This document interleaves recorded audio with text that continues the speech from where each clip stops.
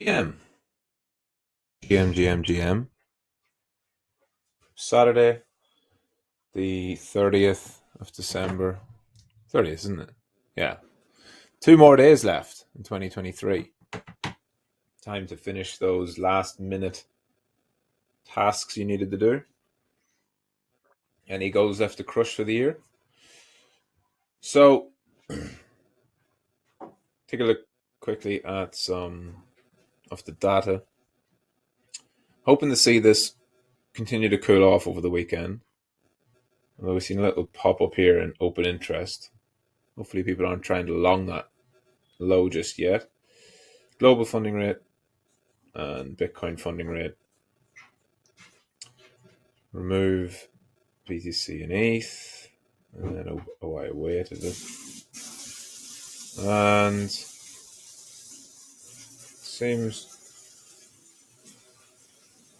seems okay. Sort of the altcoins especially. It's trending down. It's cooling off more. BTC is still trending down as well over time. Still coming off a higher base, right?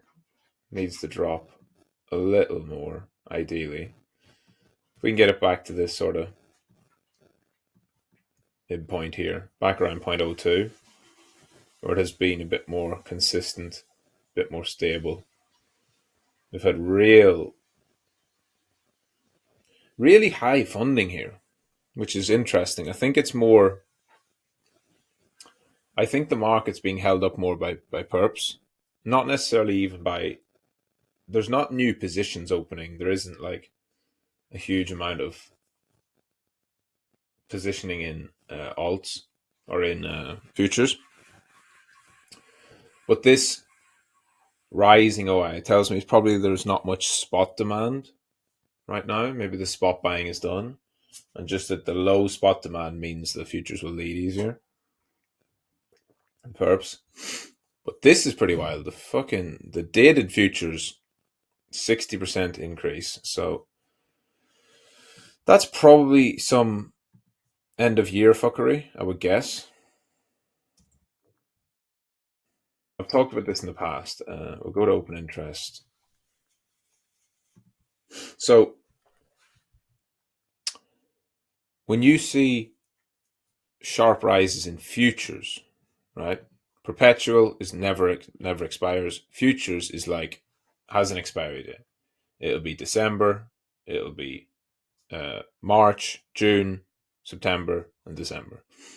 So I'm guessing a huge amount of new positions have opened for next quarter. Because yesterday we had the expiry, 28th, and the next one is now going to be what? There's a Feb one for BitMEX, but March 29th is the next big quarterly. So if I remove all except the quarterlies, and I'll take out the bi quarterlies too. I'll leave the BitMEX ones in. Actually, I'll leave all the quarterlies in, quarterly or bi quarterly. I'll just take out every perp. Bunch of Deribit ones.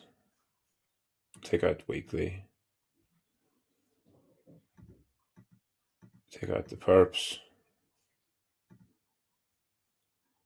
Take out the weeklies. Quarterlies, leave those in. There's a lot of them. Perps. And we'll take out expired contracts. So there we have it. So obviously big spike around the expiry yesterday. So just that's really an nothing directional. That's just a bunch of positions, opening and closing, and then eventually we see the rest of the day more positions open up. So we've had steadily rising OI all the way into the quarterly expiry, and then it seems like many have rolled that over to the next one. Yeah, open interest initially spiked but dropped lower and then has grounded back up. So it doesn't seem like people have exited those positions; they've rolled them. So they're rolling that forward into March, and that makes sense, obviously, because we haven't had the ETF yet. So What you'd want to see is how are people betting after the ETF. I would expect this straight, up only trend we've been on since really September's bottom, with one big flush out or one big reset. This was just again probably a monthly or a big weekly expiry, 8 a.m. UTC. Yeah, that'll be a big Deribit one. If you take out Deribit, you'll see probably quite a drop off in it. Deribit, here we go.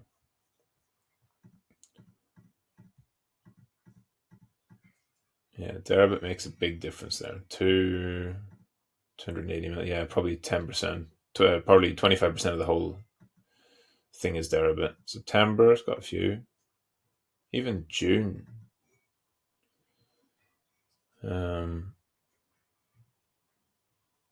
And then the later January ones. Yeah, January's one's got a bit too. January 12th, not so much. February, no. Wouldn't imagine so. January 5th, yeah. So mostly end of January. So why does this matter? Does it matter?